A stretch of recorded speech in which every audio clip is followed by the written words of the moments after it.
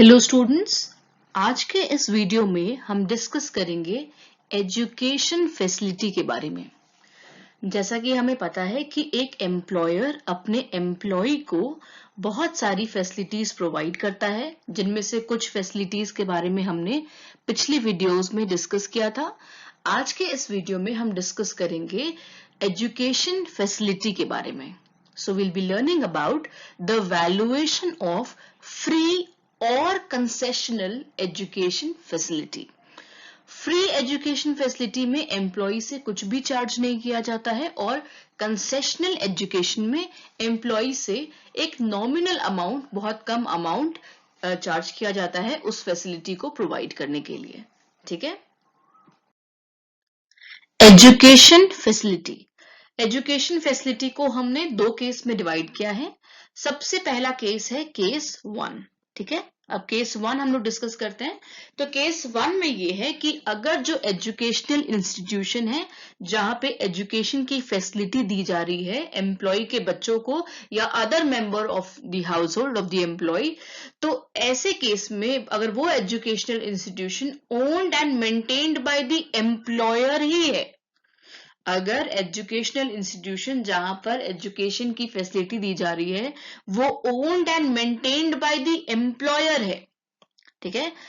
I just repeat, where educational institution जहां पे facility दी जा रही है itself is owned and maintained by whom? By the employer. ठीक है, या तो फिर फ्री एजुकेशनल फैसिलिटी दी जा रही है are allowed in any other educational institution, लेकिन अन्य एजुकेशन में भी अगर फ्री एजुकेशन दी जा रही है जस्ट बिकॉज क्योंकि वो काम कर रहा है इस एम्प्लॉयर के अंडर, तो वैसे केस में जो वैल्यू होगा वो हम कैसे निकालेंगे? तो वैसे केस में वैल्यू निकालने के लिए आपको सबसे पहले देखना है कि ये जो फैसिलिटी है ये children of the employee avail कर रहे हैं या other members of the household. तो अगर चिल्ड्रन का केस है तो उसमें याद रखना है 1,000 रुपया पर मंथ पर चाइल्ड से कम है अगर cost of education 1,000 rupee per month पर चाइल्ड से 1,000 रुपीज से कम है अगर कॉस्ट ऑफ एजुकेशन, तो उस केस में जो वैल्यू ऑफ द बेनिफिट होगा वो क्या होगा? निल। ठीक है, तो इसका मतलब है कि if the children of the employee are getting that facility और एजुकेशन इंस्टीट्यूशन जो है वो ओन्ड है और मेंटेन्ड है by whom? By the employer, तो वैसे केस में अगर खर्चा 1,000 रुपया पर मंथ पर चाइल्ड से कम है, 1,000 रुपीज से कम है, तो वैसे केस में जो बेनिफिट का वैल्यू होगा वो क्या होगा? निल। लेकिन अगर वो एक्सीड करता है 1,000 रुपया पर मंथ पर चाइल्ड से, अगर जो कॉस्ट ऑफ एजुकेशन है वो 1,000 रुपया पर मंथ पर चाइल्ड से ज्यादा है, तो उस केस में बेनिफिट का वैल्यू क्या होगा? कॉस्ट ऑफ सच एजुकेशन, उस एजुकेशन का जो कॉस्ट है इन अ सिमिलर इंस्टीट्यूशन इन और near the locality. Suppose employee का जो बच्चा है वो क्लास 10 में पढ़ता है एम्प्लॉयर के एजुकेशनल इंस्टीट्यूशन में, ठीक है। तो हम देखेंगे लोकेलिटी में उसी टाइप का सिमिलर इंस्टीट्यूशन में क्लास 10 स्टैंडर्ड का जो फी है उस कॉस्ट को हम टैक्सेबल मान लेंगे in the hands of the employee. ठीक है, तो याद रखना है कि अगर educational institution owned and maintained by the employer है और एम्प्लॉय के बच्चों को एजुकेशन की फैसिलिटी दी जा रही है, तो देखते हैं सबसे पहले कि वो जो खर्च है मतलब वो जो एजुकेशन प्रोवाइड करने में जो कॉस्ट आ रहा है वो अगर 1,000 रुपया पर मंथ से कम है तब तो वो निल होगा, और अगर 1,000 रुपए से ज्यादा है, ठीक है, तो हम पूरा अमाउंट जो है, जैसे सपोज करते हैं कि क्लास 10th में पढ़ता है एम्प्लॉय का जो चाइल्ड है वो एम्प्लॉयर के इंस्टीट्यूशन में, तो सपोज सिमिलर इंस्टीट्यूशन में फीस अगर 1,500 है तो हम 1,500 रुपए को ही टैक्सेबल मान लेंगे। ठीक है, ऐसा नहीं है कि हम 1,000 रुपए माइनस करके उसके बाद 500 को टैक्सेबल करेंगे, हम पूरे वैल्यू को, ठीक है। तो यहां याद रखना कि डिडक्ट नहीं करना है कॉस्ट ऑफ सच एजुकेशन। अगर वो 1,500 पर मंथ है तो 1,500 इंटू 12 उस बेनिफिट का टैक्सेबल वैल्यू ले लिया जाएगा। ठीक है, और ये हो गया केस बी, मतलब सॉरी ए का second part. Now if the education facility is provided to other members, तो उस केस में 1,000 रुपया वाला लिमिट नहीं है, उस केस में जो भी कॉस्ट होगा एजुकेशन का इन सिमिलर इंस्टीट्यूशन इन और नियर द लोकेलिटी। तो याद रखना ये जो 1000 रुपया पर मंथ वाला जो क्लॉज है that's only in the case of children of the employee. ठीक है, तो इस स्लाइड के समरी को अब हम समरी में आपको बता दूं, एजुकेशन फैसिलिटी में सबसे पहले हमने केस 1 लिया जब एजुकेशनल इंस्टीट्यूशन जो है वो owned and maintained by the employer है। ठीक है, तो उस केस में देखना है कि एजुकेशन किसको दी जा रही है, चिल्ड्रन ऑफ द एम्प्लॉय या अदर मेंबर्स। अगर चिल्ड्रन ऑफ द एम्प्लॉय है तो देखेंगे कि अगर कॉस्ट ऑफ सच एजुकेशन 1000 रुपए से कम है, एक्सीड नहीं कर रहा है 1000 रुपया पर मंथ पर चाइल्ड, याद रखना पर चाइल्ड। ठीक है, तो उस केस में वैल्यू क्या हो जाएगा, निल। और अगर 1000 रुपए एक्सीड कर रहा है पर मंथ पर चाइल्ड तो जो भी कॉस्ट ऑफ एजुकेशन है सिमिलर इंस्टीट्यूशन में इन और नियर द लोकेलिटी उसे हम टैक्सेबल मान लेंगे। और अदर मेंबर्स के लिए तो 1000 रुपए वाला क्लॉज नहीं है, उस केस में सिंपल क्या होगा, cost of education in similar institution in और नियर द लोकेलिटी। अब इसमें जो नोट है ये हम लोगों को ऑलरेडी पता है कि अगर एम्प्लॉय से कुछ अमाउंट ले लिया गया है तो उस अमाउंट को हम क्या कर देते हैं, डिडक्ट कर देते हैं फाइनल वैल्यू को कैलकुलेट करने के लिए। ठीक है, अब बात करते हैं हम सेकेंड केस के बारे में। सेकेंड केस में क्या है कि जो एजुकेशनल इंस्टीट्यूशन है वो owned and maintained by the employer नहीं है।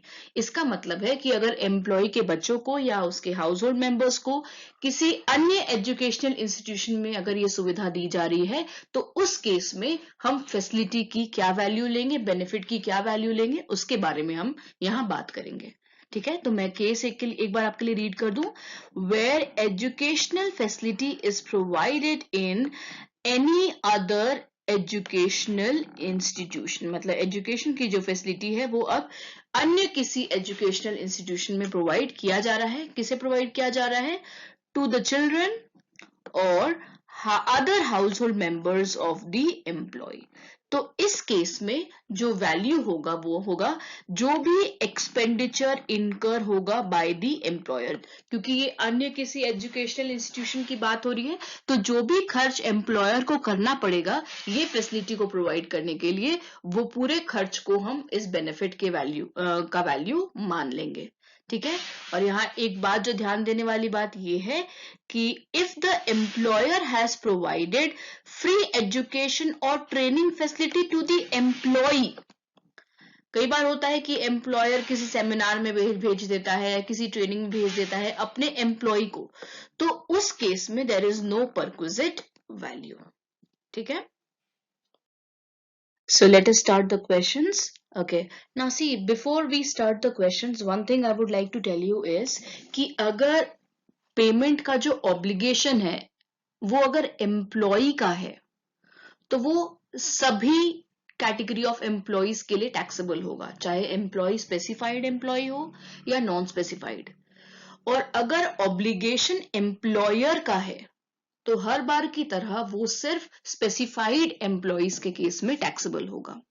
ठीक है, okay, now let us start the questions. Mister x जो है he is employed in ABC limited. ठीक है, compute the perquisite value of educational facility. इस पर्टिकुलर स्लाइड में हम सिर्फ एजुकेशनल फैसिलिटी से जुड़े क्वेश्चंस को सॉल्व करेंगे। ठीक है, now let us start the questions. The employer has deputed Mr. X in a one-day seminar on industrial finance and corporate taxation. इसका मतलब है कि employer ने employee को Mr. X को एक one-day seminar के लिए भेजा है। तो जैसा कि हमने पिछले स्लाइड में पढ़ा है कि अगर ट्रेनिंग या इस टाइप की फैसिलिटी एम्प्लॉयर को दी जा रही है तो वो उसका परक्विजिट वैल्यू जो रहेगा वो क्या रहेगा, निल। ठीक है, उसकी taxability in the hands of the employee क्या रहेगा, निल। ठीक है, तो पहला केस का आंसर हम लोग क्या ले लेंगे, निल, क्योंकि ये जो फैसिलिटी है that is for the employee. Next है the employer has made arrangements for the education of his 3 children. तो एम्प्लॉय के 3 बच्चों का एजुकेशन, यहाँ पे इंपॉर्टेंट है कि कितने बच्चों का एजुकेशन, 3। ठीक है, तो जो भी खर्च है वो इंटू 3 हो जाएगा। इन हिज ओन स्कूल, इसका मतलब है ये जो स्कूल है ये ओन्ड बाय हुम है, ओन्ड बाय द एम्प्लॉयर है। ठीक है, it is owned by employer. तो अगर एम्प्लॉयर के स्कूल में एजुकेशन की फैसिलिटी दी जा रही है एम्प्लॉय के 3 बच्चों को, the education facility is given to the children of the employee, तो वैसे केस में तो हम देखते हैं कि 1000 रुपए से कम है या 1000 रुपए से ज्यादा है। तो इसमें दिया हुआ है कि ये जो कॉस्ट इनकर हो रहा है दैट इज ₹1500 पर मंथ पर चाइल्ड। इसका मतलब है कि ये पूरा ही जो है 1500 रुपीज पर मंथ के रेट से ये taxable value of the perquisite होगा। ठीक है, तो 1500 पर मंथ है तो इंटू 12 करना होगा और पर चाइल्ड है and how many children are getting this facility 3 children, तो it would be 1500 into 12 into 3। ठीक है, now this is the value of the educational facility. Also the employer has recovered ₹300 per month per child। इसका मतलब है कि per month पर child 300 रुपया employ से ऑलरेडी रिकवर कर लिया गया है, तो हम इसे डिडक्ट कर देंगे जो भी हमारा आंसर आएगा 1500 इंटू 3 इंटू 12 जो हमारा आंसर आएगा 3 बच्चों का 1 साल का जो एजुकेशन फैसिलिटी का कॉस्ट आएगा उसमें से हम माइनस करेंगे 300 रुपीज पर मंथ है और पर चाइल्ड है, तो मतलब एक महीने में तीनों बच्चों के नाम पे 900 रुपया रिकवर किया गया।